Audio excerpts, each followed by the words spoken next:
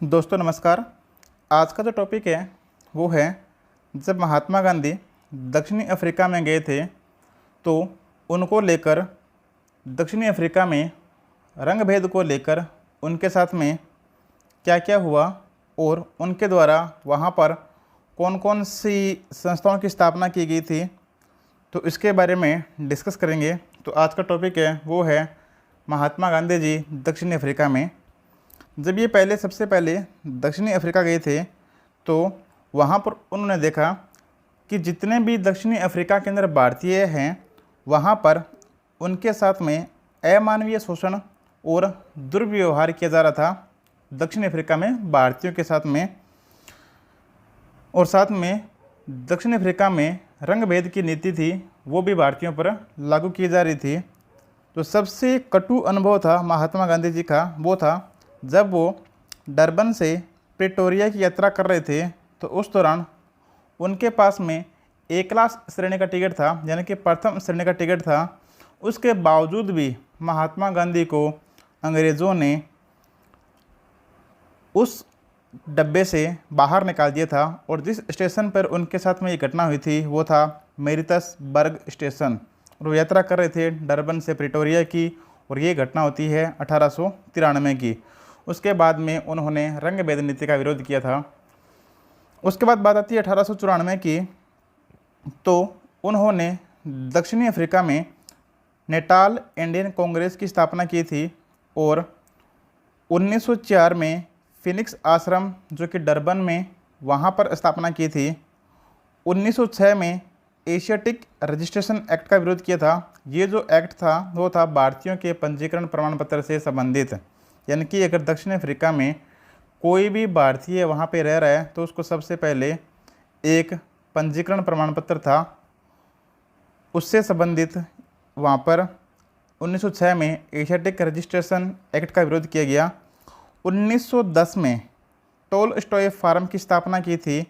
और ये जो टोलस्टॉय फार्म की स्थापना है वो कालेख बाबा के सहयोग से, कालेख बाग के सहयोग से स्थापना की थी, जो कि एक जर्मन शिल्पकार थे। और यही जो टोलस्टॉय फार्म है बाद में गांधी आश्रम के नाम से प्रसिद्ध हुआ। हालांकि ये 1913 में 3 साल बाद ये बंद हो गया था, क्योंकि इसका जो मेन कारण था वो था बच्चों को व्यावसायिक शिक्षा देना।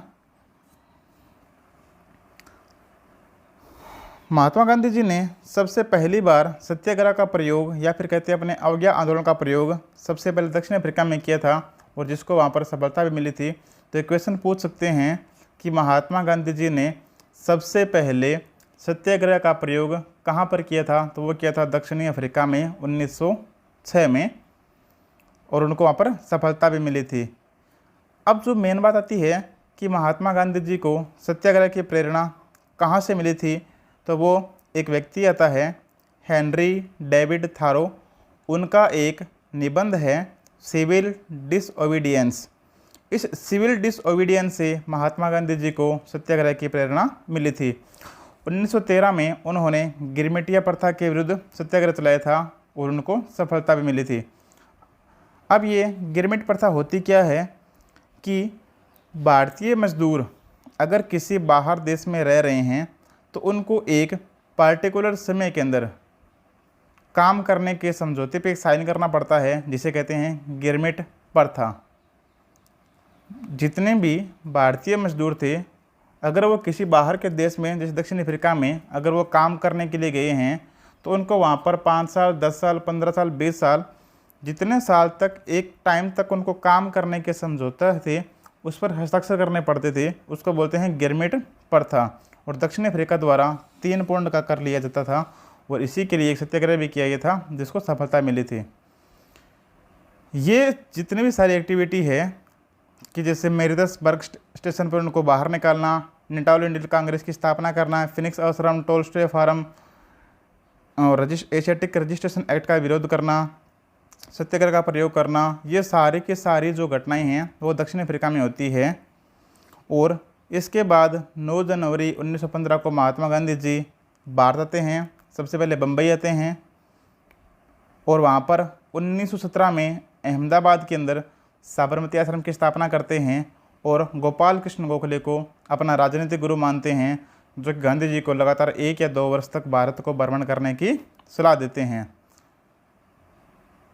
और प्रारंभ में प्रथम विश्व युद्ध में, यानी कि 1914 से लेकर 1918 तक प्रथम विश्व युद्ध में महात्मा गांधी जी के द्वारा अंग्रेज़ों का सहयोग किया गया था, तो अंग्रेज़ों के द्वारा भर्ती करने वाला सार्जेंट कहा गया और उन्हें केसर-ए-हिंद की उपाधि दी गई थी।